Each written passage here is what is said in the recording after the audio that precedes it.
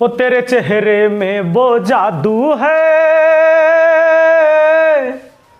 वो तेरे चेहरे में वो जादू है, बिन डोर खींचा जाता हूँ, जाना होता है और कहीं तेरी ओर चला आता हूँ, तेरी ओर चला आता हूँ, वो तेरे चेहरे में वो जादू है।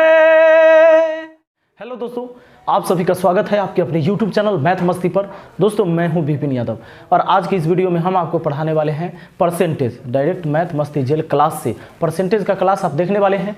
और जैसा कि आपने पूरा टाइम एंड डिस्टेंस पढ़ा है, एकदम जीरो से हीरो लेवल तक मैंने पढ़ाया है और total 15 class time and distance पर इससे पहले मैंने लिया। तो अब हम शुरू करेंगे परसेंटेज को। अच्छा, समय दूरी चाल, टाइम एंड डिस्टेंस और स्पीड जो भी अगर आप देखना चाहते हैं तो प्लेलिस्ट में सारी वीडियो मौजूद है। और अब शुरू करेंगे हम परसेंटेज को और उसी तरह पढ़ाएंगे एकदम जीरो से हीरो लेवल तक का। तो सुन लीजिए, एकदम इतने बेसिक से शुरुआत हम करेंगे, इतनी छोटी छोटी बातों से कि आपको कहीं भी परेशानी नहीं होगा, चाहे आप कुछ भी परसेंटेज के बारे में जानते हो या नहीं जानते हो। तो चलिए डायरेक्ट शुरू करते हैं क्लास को। चलिए, तो आज का जो हमारा क्लास है परसेंटेज का, और ये क्लास पहला।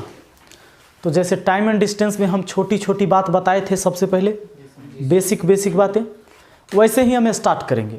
हम इतने छोटे छोटे बात से स्टार्ट करेंगे कि आपको लगेगा इससे छोटा कुछ होता ही नहीं है परसेंटेज में।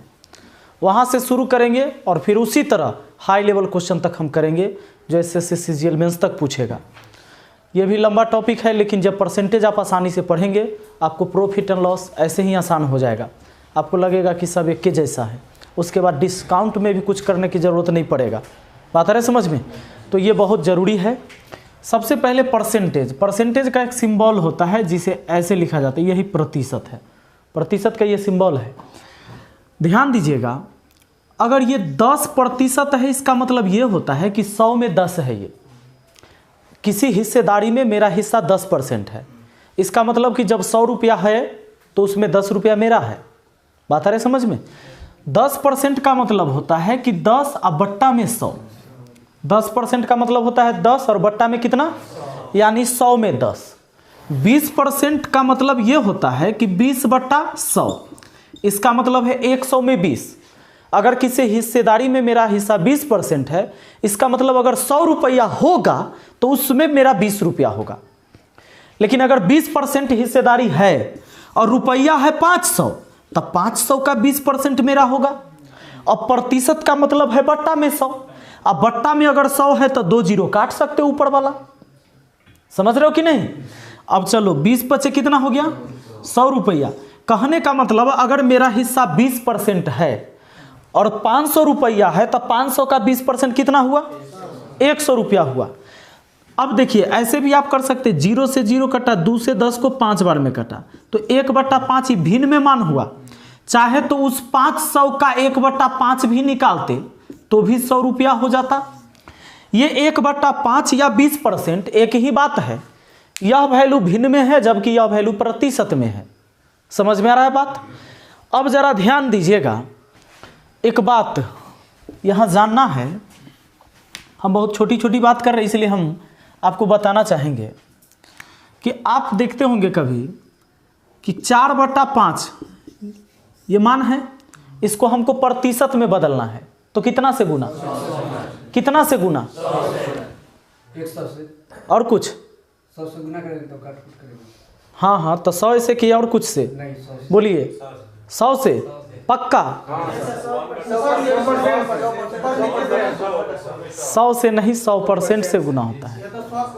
हाँ, ये जब सीधे 100 लिख देते हैं आप, बोलचाल में आप ऐसे ही करते हैं, 5 से इसको काट देते हैं, 20 चौके 80। आप प्रतिशत अब कहाँ से लगा दिया? तब तक नहीं था ऊपर, अब कहाँ से आया?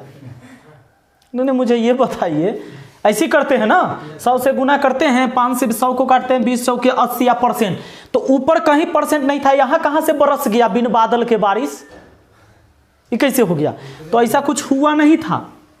हम क्या किए थे, ये देखिए, ये 4/5 था, ठीक है। और जब आपने 100 से गुना किया तो 100 से भाग भी करना पड़ेगा। मैथ का ये नियम है। और यही 100 बट्टा में न रख के यहाँ प्रतिशत का चिन्ह दे दिया जाता है। अभी थोड़ा देर पहले मैंने बताया कि प्रतिशत का मतलब है बट्टा में 100। या तो तुम बट्टा में 100 लिख लो या प्रतिशत का चिन्ह दे दो। अब हमें प्रतिशत में लाना है, इसलिए हम बट्टा में 100 नहीं लिख के प्रतिशत का चिन्ह लगाएंगे। बात समझ रहे हैं? सच्चाई बात तो यह है, जो बात आपको इतनी गहराई से नहीं बताया गया था।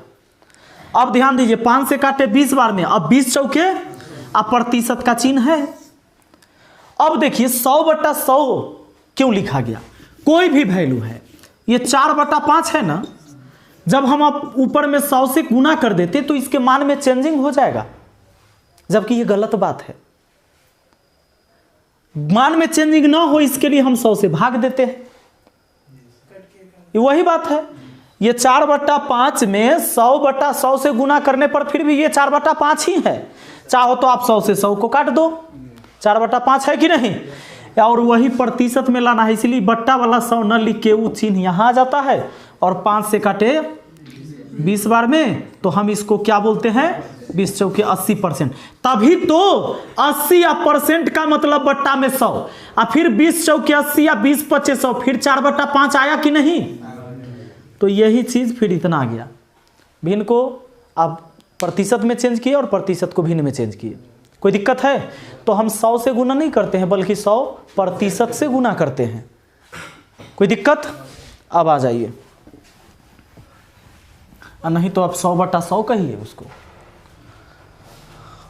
अब जरा ध्यान देंगे, बहुत छोटा सा बात हम करेंगे अभी। आप लोग घबराइएगा नहीं, हड़बड़ाइएगा नहीं कि इतना छोटा बात थोड़े ना एग्जाम में आएगा। हम एग्जाम के बातें नहीं पढ़ाते हैं, एग्जाम के बात पढ़ाने वाला तो आप खुद से समझ जाइएगा। लेकिन पहले हम ये तैयार कर लें कि आपको समझ में कहाँ से आएगा। एक छोटी छोटी बात हम नहीं समझते हैं, जिसके वजह से प्रश्न सेट नहीं होता है। जैसा कि टाइम एंड डिस्टेंस में आपने देखा, हम आपको बताएं निग्लिजिबल डिस्टेंस वाली वस्तु को कैसे ट्रेन पार करती है, सेल्फ डिस्टेंस वाली वस्तु को कैसे पार करती है, आखिर क्या क्या उसमें होता है। वैसे ही परसेंटेज में भी समझना है। सिंपल सा बात करते हैं कि 4/5 का कितना प्रतिशत है? 4/5 का कितना प्रतिशत है? बहुत सिंपल क्वेश्चन लिखा मैंने। 4 कमा दिया, 5 का कितना प्रतिशत है? आपको यह समझना होगा कि इसमें पूछा किसके बारे में जा रहा है और किसके रिस्पेक्ट में पूछा जा रहा है। यह भाषा तो पहले क्लियर करिए। 4/5 का कितना प्रतिशत है, किसके बारे में पूछ रहा है सोमनाथ? 5 के बारे में, 5/5 में होगा। किसके बारे में पूछा जा रहा है? 4 ऊपर 5/5। ये देखो, ये बहुत तेज लड़का है, धूर्तबाज है। ये क्या किया कि जैसे ही एक बार बोला 5/5 में, अब जब दोबारा बोले तो फिर चेंज कर रहा है। बोल ही सही रहा है लेकिन बात को बदल दे रहा है। देखो 4/5 का कितना प्रतिशत है, मैं पूछ रहा हूं इस सवाल में किसके बारे में पूछा जा रहा है? तोरा पूछे हैं, बहुत ज्यादा नॉलेज है। बोल, तू ही बोल, किसके बारे में पूछ रहा है सवाल? मार जूता निकाल के उसको। पूछ रहा है कि 4/5 का कितना प्रतिशत है। पूछ रहा है 4 के बारे में, 5 के रिस्पेक्ट में नहीं। अगर पूछे कि मैं आपका कौन लगता हूं, नहीं, तब मेरे बारे में ना पूछा जा रहा है कि हम आपके कौन हैं। तो ध्यान दीजिए, 4/5 का कितना प्रतिशत है, तो जिसके बारे में पूछा जा रहा है उसको ऊपर लिखना है और जिसके रिस्पेक्ट में पूछा जाए उसको नीचे लिखना है। 4 के बारे में पूछा जा रहा है और ये 5 के रिस्पेक्ट में कि 4/5 का कितना प्रतिशत है। अब प्रतिशत में लाना है तो 100% से गुना कर देना है। बस 5 से इसको 20 चौके 80% हुआ। अब देखिए, आपसे ये सवाल का भाषा चेंज होगा और आपसे ऐसा पूछा जाए 4/5 से कितना प्रतिशत कम है। ठीक है, 4/5 से कितना प्रतिशत? तो पहले आपको देखना है कि 4/5 से कम है कितना रियल में, बताइए। जब कमी की बात हो गई है तो कमी देखना है कि 4/5 से कितना कम है। 1 कम है, किससे? हाँ, बहुत लोग बट्टा में यहां 4 लिखता है, बात है समझ में। जब 4 लिखोगे तैयो आंसर मिलेगा तुरंत। तो सुनो, तो 4 5 से कितना कम है भैया? 1 कम। अरे किस से? तो बट्टा में 5 लिखना है, जिससे कम या जिससे ज्यादा बट्टा में उसी को लिखना है, और प्रतिशत के लिए 100 से गुना करना है। 100% से 5 से इसको काटे 20 बार में, यानी 20% कम है। 4 जो है ना 5 से कितना प्रतिशत कम है? 20% कम है। कोई दिक्कत तो नहीं। अब देखिए और भाषा इसका कैसा होगा। अब आपसे ऐसे पूछ लिया जाए कि 5 4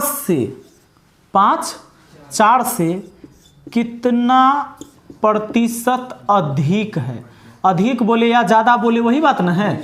चलिए सवाल कह रहा है कि 5 4 से कितना प्रतिशत अधिक है। तू बोलेगा, तू 5 4 से कितना प्रतिशत अधिक है, इसको कैसे बनाएं? 1 लिखेंगे, 1 बट्टा में 4, अब उसको 100 से गुना कर देंगे। हाँ 5 4 से कितना प्रतिशत अधिक है? तो 5 4 से 1 अधिक है। 5 4 से 1 अधिक किससे? इसलिए बट्टा में 4 आएगा, और प्रतिशत के लिए 100% से गुना। 4 से इसको काटे 25 बार में ना।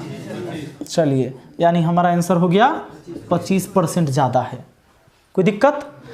अब चलिए इस तीनों क्वेश्चन को आप नोट कर लीजिए एक बार। और ये छोटा सवाल ही है, लेकिन ऐसा सवाल आपसे पूछा जाता है, अब पूछा जाएगा।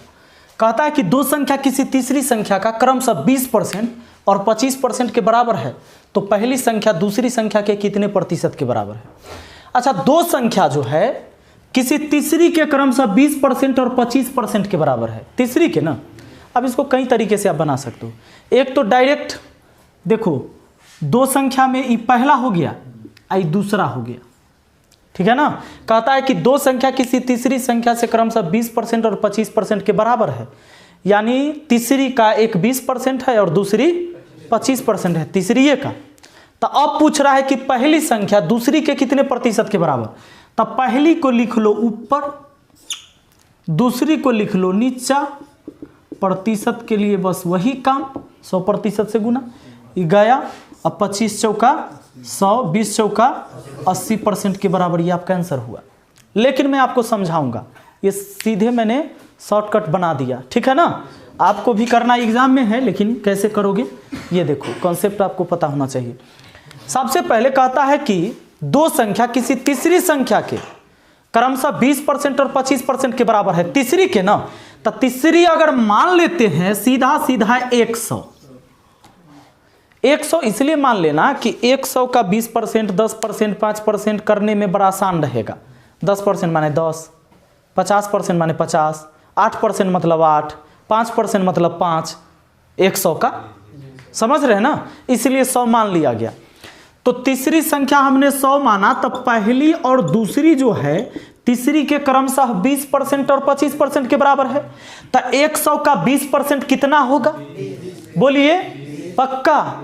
100 का 20% 20 होगा, और 100 का 25% दूसरी संख्या, तो ये 25 होगा। अब हमसे पूछ रहा है कि पहली संख्या दूसरी का कितना प्रतिशत है, यही बात ना। तो मैंने अभी थोड़ा देर पहले सिखाया है आपको कि भैया जिसके बारे में पूछेगा उसको ऊपर लिखना है, और जिसके रिस्पेक्ट में कहेगा उसको नीचे लिखना है। अब प्रतिशत में कहेगा इसलिए 100% से गुना करना है, नहीं तो पहली के बारे में कह रहा है तब पहली को लिखेंगे ऊपर, दूसरी के रिस्पेक्ट में कहा तो दूसरी को लिखेंगे नीचे। अब प्रतिशत के लिए तो हम 100% से गुना कर देंगे। 25 चौका 100, 20 चौका 80% हमारा आंसर हुआ। कोई दिक्कत? इसी सवाल में कहता कि दूसरी संख्या पहली का कितना प्रतिशत है, तो दूसरी को हम ऊपर लिखते, पहली को नीचे लिखते, प्रतिशत के लिए 100% से गुना कर देते। कोई दिक्कत? चलिए अब देखिए सवाल यही है, थोड़ा सा चेंज इसका भाषा हम कर सकते हैं। 2 संख्या किसी तीसरी संख्या का क्रमशः 20% और 25% के बराबर है, तो पहली संख्या दूसरी के कितने प्रतिशत के बराबर है, ऐसा सवाल था। ऐसा कह सकता है कि पहली संख्या दूसरी से कितना प्रतिशत कम है। बात आ रहा है समझ में? दूसरी से कितने प्रतिशत कम होगी, ऐसा भी हो सकता है। चलिए तो दो संख्या किसी तीसरी से, तो तीसरी अपने आप 100 मान लेना।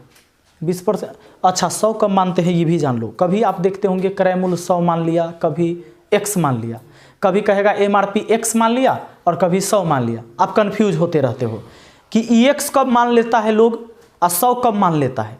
तो याद रखना, इस पूरे सवाल में अगर रियल वैल्यू नहीं दिया हुआ है अमाउंट, तब आप 100 मानना अमाउंट।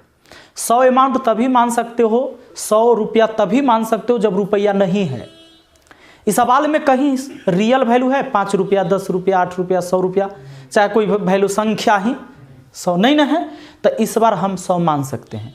लेकिन अगर कोई भी सवाल में क्रयमूल्य, विक्रयमूल्य, लाभ, हानि, किसी भी प्रकार से रुपया का चर्चा हो गया हो, चाहे 1 के 2 रुपया का चर्चा काहे ना हो गया हो, आप 100 नहीं मानना।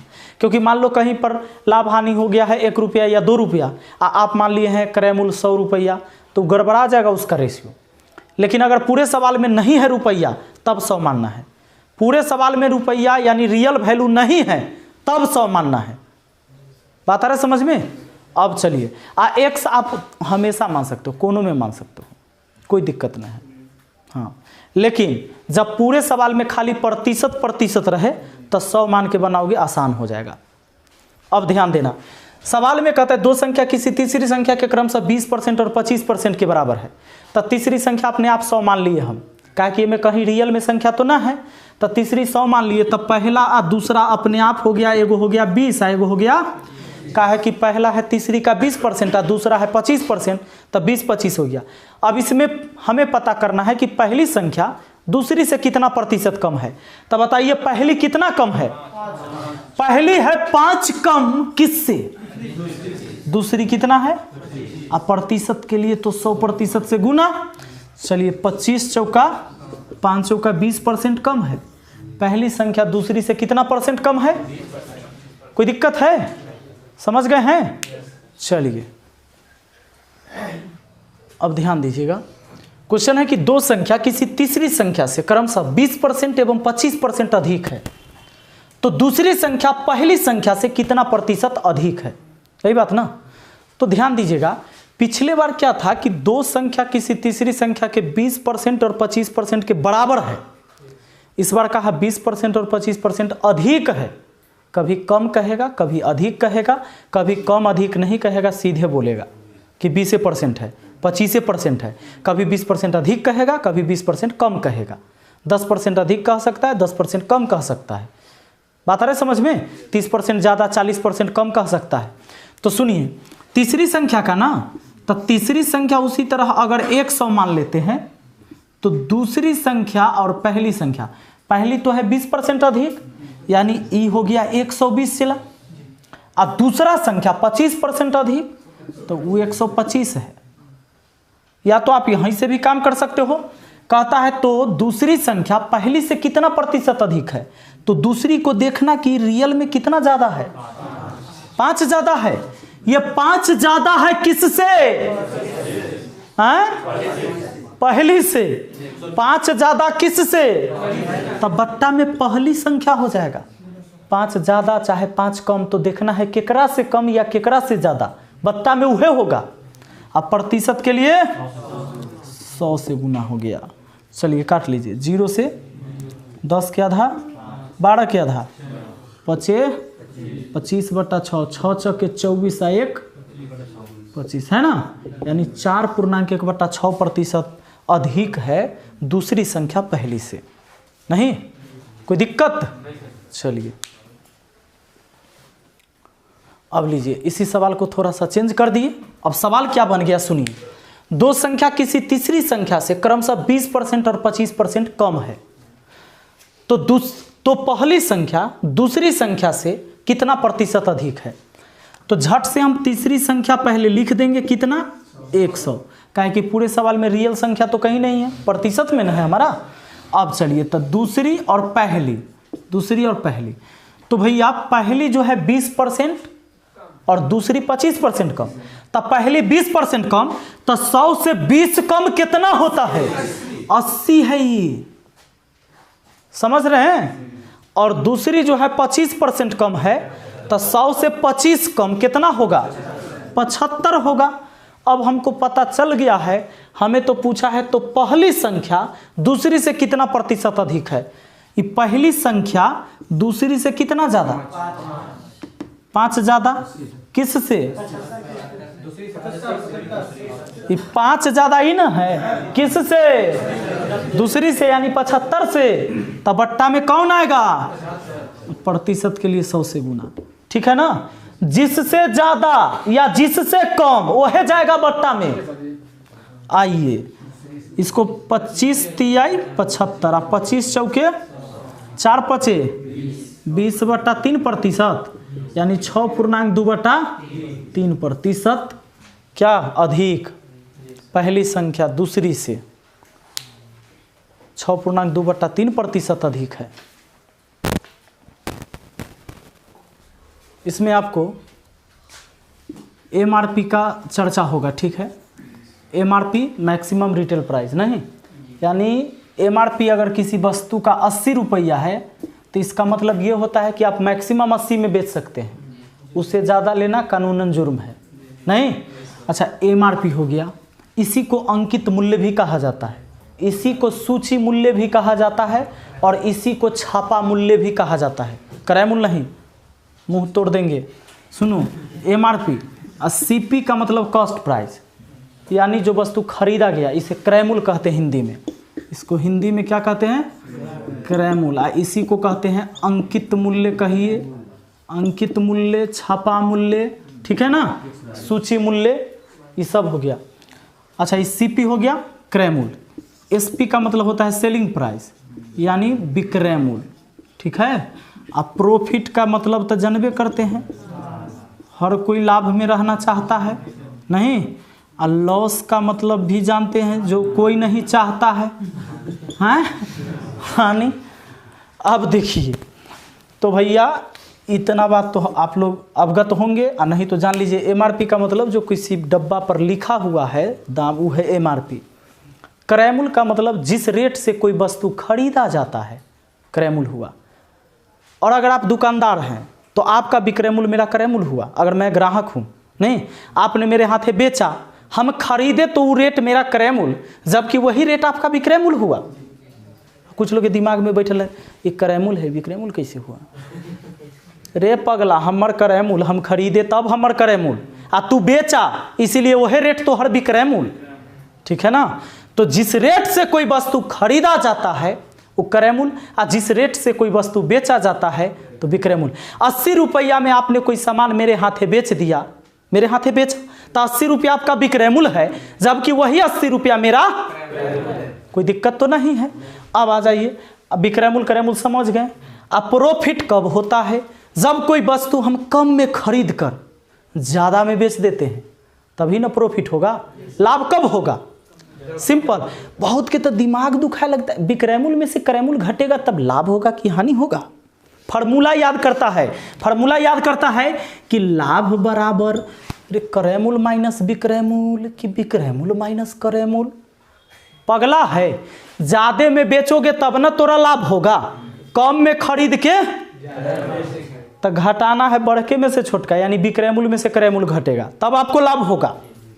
अगर विक्रय मूल्य ज़्यादा रहेगा, क्रय मूल्य कम रहेगा, विक्रय मूल्य ज़्यादा और क्रय मूल्य तो घटा लीजिए, उतना के लाभ हो जाएगा।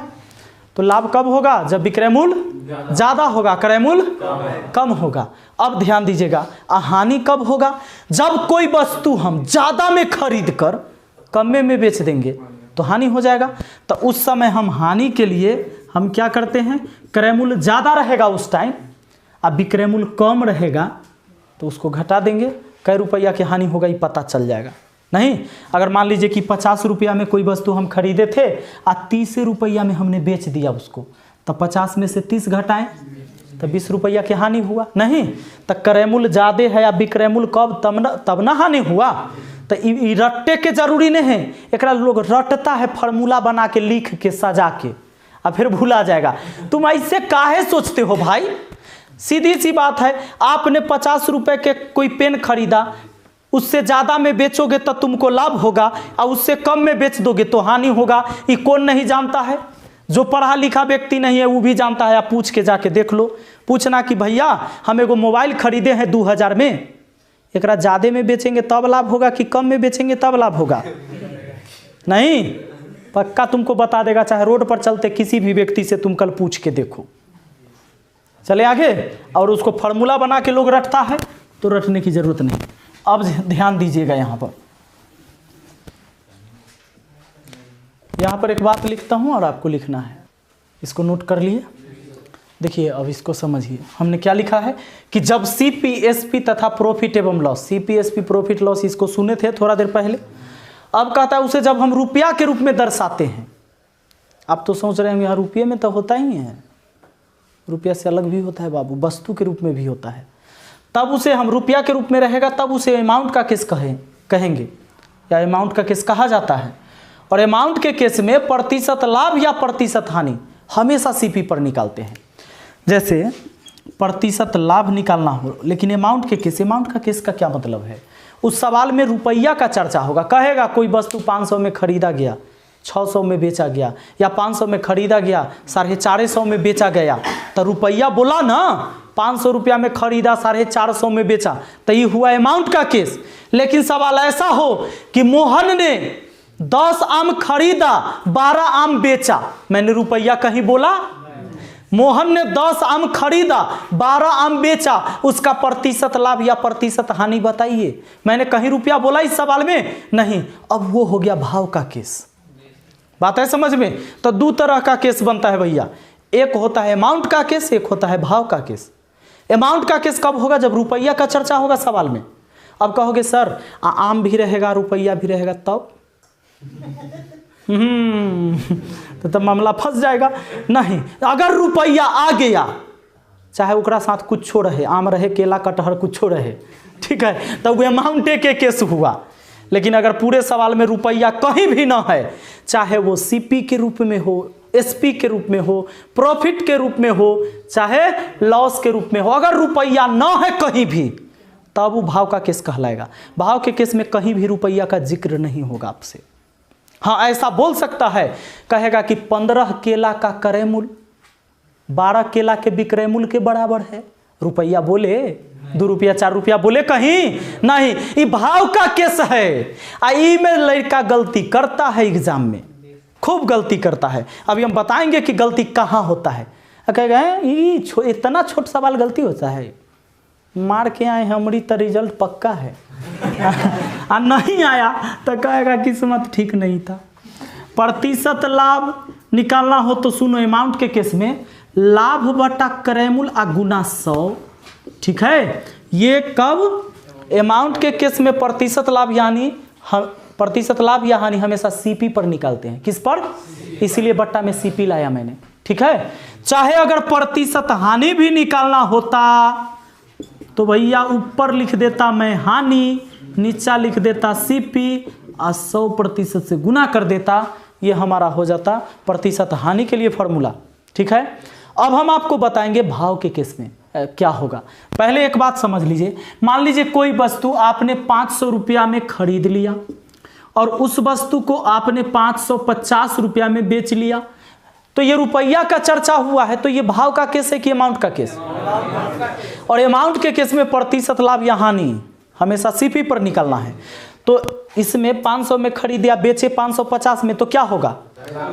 क्या हो जाएगा व्यापार में? लाभ कितने का?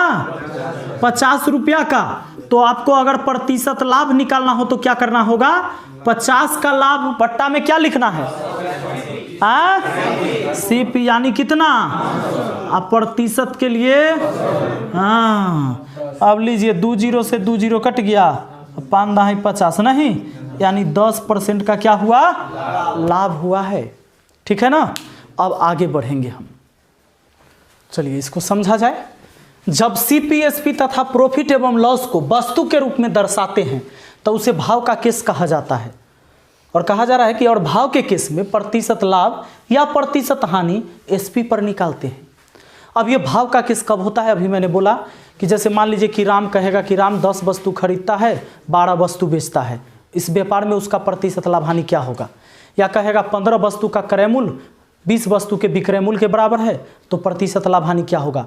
यानी जब सवाल में रुपया का चर्चा न हो किसी भी रूप में तब होगा वो भाव का केस, ठीक है ना, तब भाव का केस होगा। और भाव के केस में अगर आपको प्रतिशत लाभ निकालना हो तो लिखना है ऊपर में लाभ अब बट्टा में एसपी, सीपी नहीं, अब प्रतिशत के लिए 100 से गुना। बच्चा से फॉर्मूला रटाइल है लाभ बटा क्रय मूल्य गुना 100, लाभ बटा क्रय मूल्य गुना 100 नहीं, हानि बटा क्रय मूल्य गुना 100। अब उहे पर रगड़ देता है सब सवाल के। एग्जामिनर तेज है, वो दे देगा भाव के केस वाला सवाल, तुम बना दोगे क्रय मूल्य पर, ऑप्शन रहेगा एगो दे ले, हाँ मार दोगे सही। सुनो, अगर प्रतिशत हानि निकालनी हो, प्रतिशत हानि इसमें तो ऊपर में लिख देना हानि, बट्टा में लिख देना एसपी, गुना 100% से। ये सब चलेगा भाव के केस में, सिर्फ भाव के केस में, ठीक ना, ये अमाउंट वाला में नहीं जाइएगा, भाव के केस में। चलिए अब इस पर क्वेश्चन करेंगे हम, 1-2 बनाएंगे जरा आप लोग इस सवाल को बनाइए। 10 वस्तु का क्रय मूल्य 15 वस्तु के विक्रय मूल्य के बराबर है तो इस व्यापार में प्रतिशत लाभ या प्रतिशत हानि ज्ञात करें। बनाने का प्रयास करें सब लोग, और मैं पूछूंगा बारी बारी से, और जिससे पूछूंगा वही जवाब देंगे।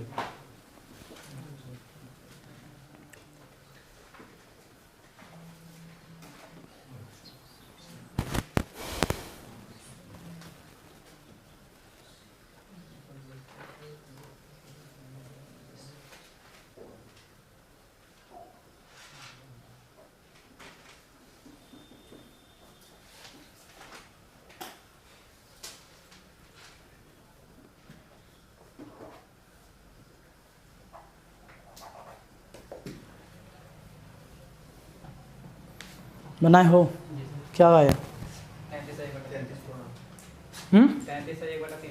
क्या लाभ आपका क्या आया? पीछे वाला और पीछे कोना हानि आ गया। कितना का? इन्हें 50% का हानि हो रहा है, उन्हें लाभ हो रहा है। यानी एक बात से आप लोग सहमत हैं कि ऐसे सवाल में गलती होता था आप लोगों से, क्योंकि उल्टा पुल्टा अभी भी आंसर है, सब लोग का एक जैसा तो नहीं है। बड़ा छोटा सवाल है। देखिए कहता है 10 वस्तु का क्रय मूल्य 15 वस्तु के विक्रय मूल्य के बराबर है। इसका सेंस ये हुआ इसका क्रय मूल्य विक्रय मूल्य के बराबर है, ऐसा बोला है ना। यानी कि जितना रुपया में 10 वस्तु खरीदा है ना, 10 वस्तु का क्रय मूल्य 15 वस्तु के विक्रय मूल्य के बराबर है। यानी 10 वस्तु खरीदता है, 15 वस्तु बेचता है। और देखो ये क्रय मूल्य विक्रय मूल्य के बराबर है, इसका क्या मतलब है कि जितना रुपया में 10 वस्तु खरीदा होगा उतना ही रुपया में 15 वस्तु बेचा। खरीदा है 10 गो आ बेचा 15 गो, 5 गो घरे से घट्टा है, नहीं बुझाया? 5 गो घर ही से घट्टा लग गया तो हानि ना हो गया? नहीं समझ रहे हो? हानि हुआ कितने वस्तु का? 5 वस्तु का। और ये भाव का केस है कि अमाउंट का केस? तब भाव के केस में बट्टा में क्या लिखना है? एसपी कितना है भैया? हाँ, प्रतिशत के लिए 100 से, ठीक है। 5 से काटा 3 बार में 100/3 यानी 33.1/3% हानि है ये, ठीक ना। ये है गलती, हम ऐसी ही बोलते हैं कि ऐसी बोलते हैं हम, ऐसी हम कुछ नहीं बोलते हैं। सब के वजह है रे बाबू, 8 साल से पढ़ा रहे हैं। चलिए इस सवाल को आप लोग भी बनाइए।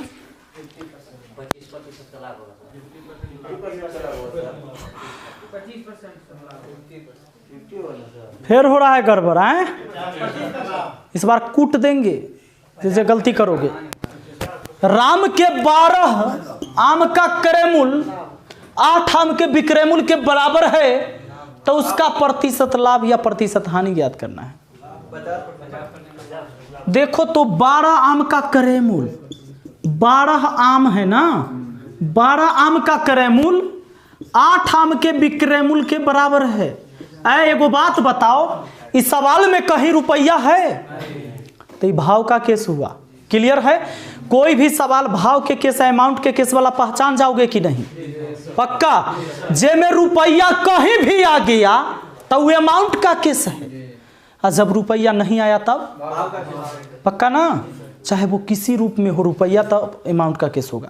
सुनिएगा, तो कहता है 12 आम का क्रय मूल्य 8 आम के विक्रय मूल्य के बराबर, यानी क्रय मूल्य विक्रय मूल्य के बराबर, यानी जितना रुपया में 12 आम खरीदा होगा ना, उतना रुपया में 8 आम बेच दिया। 8 आम बेचा, 4 गो बचा लिया, 4 गो बचा लिया। बड़ा चालाक है। जितना रुपया में 12 गो खरीद के लाया, उतना रुपया में 8 गो बेचा। रुपया तो ऊपर हो गया और 4 गो आम तो बचल है, यानी वही लाभ हुआ उसको 4 आम का। लाभ कितने का? 4 आम का लाभ हुआ भैया। तो आपको तो निकालना है प्रतिशत लाभ, क्योंकि लाभ हुआ है तो प्रतिशत लाभ निकालेंगे, हानि होता तो प्रतिशत हानि निकालते।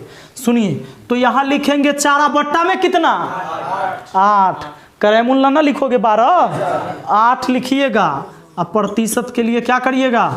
100% से गुना। 4 दूना और 2 से कटा, यानी कि 50% का लाभ कमाया इस व्यापार में। कोई दिक्कत है? चलिए, छोटी सी समस्या है। हाँ, जैसे कि मतलब 12 आम का क्रय नीचे CSP हम लोग सीपी ले रहे हैं तब सीपी ले रहे हैं, यानी सर ले रहे हैं 10 गुना सीपी बराबर। तो तुम लोग जैसे पढ़ रहे हो वैसे में खूब कंफ्यूज हो गए। तुम चिंता काहे कर रहे हो? एक बात और ये ध्यान रखना, जब तुम मुझे सादा कागज़ दोगे ना, तो मैं उस पर कुछ लिखूंगा तो ज़्यादा साफ दिखाई देगा, सुंदर लिखावट। लेकिन जब तुम रफ कागज़ दोगे मुझे लिखने के लिए, तो लिखावट खराब दिखेगा, चाहे हम कितना हो सुंदर क्यों ना लिखें। यानी जब आप मुझसे पढ़ रहे हो तो तुम सब कुछ भुला जाओ, यानी सोचो तोरा कुछ नहीं आ रहा है। ठीक है ना? फिर बाद में अप्लाई करो, कोई दिक्कत नहीं। आखिर कौन सा सही कौन सा गलत? गलत अगर हम बना रहे हो या आप बना रहे हो तो अलग अलग आंसर आएगा नहीं, लेकिन अगर कोई भी रूल से सही बना रहे तो आंसर एक ही आएगा, चाहे रूल कुछ भी हो। ये बात पक्का है। तो ऐसा ही एक कहानी है छोटा सा, ऐसा ही एक कहानी। एगो आदमी अपने बच्चा को पढ़ा रहा था, छोटा सा बच्चा उसको पढ़ा रहा है, ओकरा कह रहा है कि बोल 2 8 20। वो कहे कि हम ना पढ़वाओ। छोटका छोड़ा कह रहा है नहीं पढ़ेंगे। हाँ, और अब बाप मार रहा है, कह रहा है पढ़, बोल 2 8 20। अब पढ़ने ले तैयार है नहीं, और ज़बरदस्ती पढ़ा रहा है, 2 8 20 बोलवा रहा है। बगल से वो टीचर जा रहे थे, सरकारी स्कूल के टीचर थे बेचारे, रोड धैले जा रहे थे, सुने एगो बाप डांट रहा है बच्चा को, बार बार कह रहा है कि 2 8 20। 2-3 बार सुन लिए बेचारे, साइकिल से जा रहे तो साइकिल रोक दिए। चूँकि टीचर थे, उनको ये बात सुन के रहा नहीं गया कि 2 8 20 कैसे हो रहा है। कह रहे पागल है, 2 8 20 होता है, काहे एक ज़िंदगी तुम बर्बाद कर रहे हो इसको पढ़ा के। कहा कि आप निकलिए, आप अपना काम करिए। कहा कि हम तो निकलवे करेंगे, लेकिन 2 8 20 कहला एकरा तुम पढ़ा रहा है, तोरा अपने आता है? कहा हमर बच्चा है, हम न जानते कैसे पढ़ाना है, निकलिए यहाँ से। कहा कि तो और बच्चा मान लिए, लेकिन तू हमरा बता तो 2 8 20 होता कैसे है? कहा इतने में आपका दिमाग खराब है। ओकर बाप कह रहा है 2 8 20 में आपका दिमाग खराब है। ये कल 2 8 90 धैले था, ये तो मारते मारते हम 2 8 20 पर ला दिए हैं। एक आध दिन और कूटेंगे, 2 8 16 पर आके अटक जाएगा। इतने में दिमाग खराब है।